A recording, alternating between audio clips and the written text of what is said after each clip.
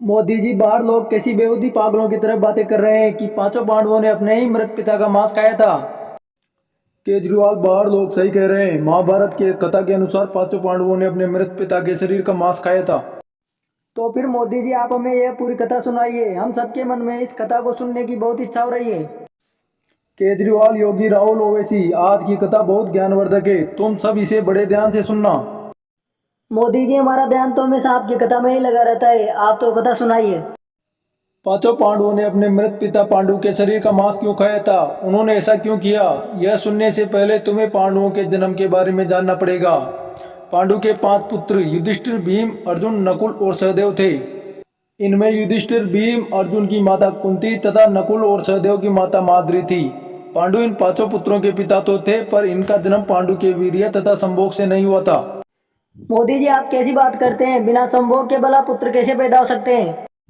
योगी, तुम पहले पूरी कथा सुन लिया करो। ये घटना आज की नहीं, महाभारत काल की है। मोदी जी, आप तो कथा आगे सुनाइए। पांडु के स्वयं के पुत्र न होने का कारण यह था कि पांडु को श्राप मिला हुआ था कि ये जैसे ही वह किसी स्त्री के साथ संभोग करेगा उसकी तत्काल मृत्यु हो जाएगी। तो क्या मोदी जी, पांडु जीवन भर स्त्री से संभोग के बिना रहा था? अरे योगी, तुम्हें बड़ी जल्दी रहती है संभोग के बारे में जानने की। पांडु को पता था कि उसके स्वयं से पुत्र नहीं होंगे, इसलिए उसके आग्रह पर यह पुत्र कुंती और माद्री ने भगवान का आह्वान करके प्राप्त किए थे।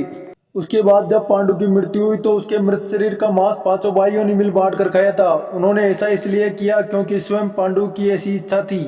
क्योंकि पांचों पुत्र उसके वीर्य से पैदा नहीं हुए थे, इसलिए पांडु का ज्ञान कौशल उसके बच्चों में नहीं आ पाया था।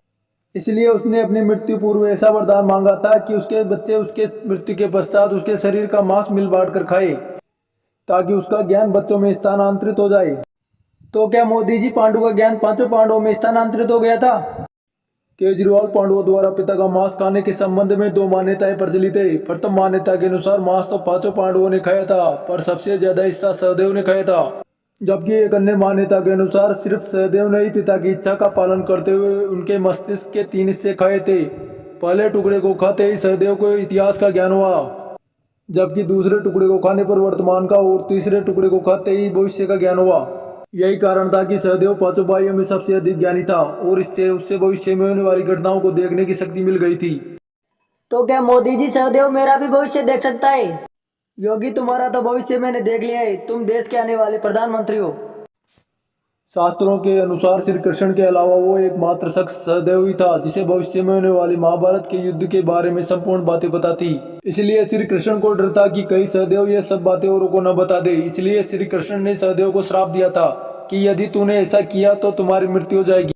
मोदी जी, आज तो आपने क्या ज्ञानवर्धक कथा सुनाई है। भाइयों, आपको मोदी जी की कथा कैसी लगी कमेंट करके बताएं, और ऐसी ही ज्ञानवर्धक कथाएं सुनने के लिए हमारे चैनल को सब्सक्राइब करें।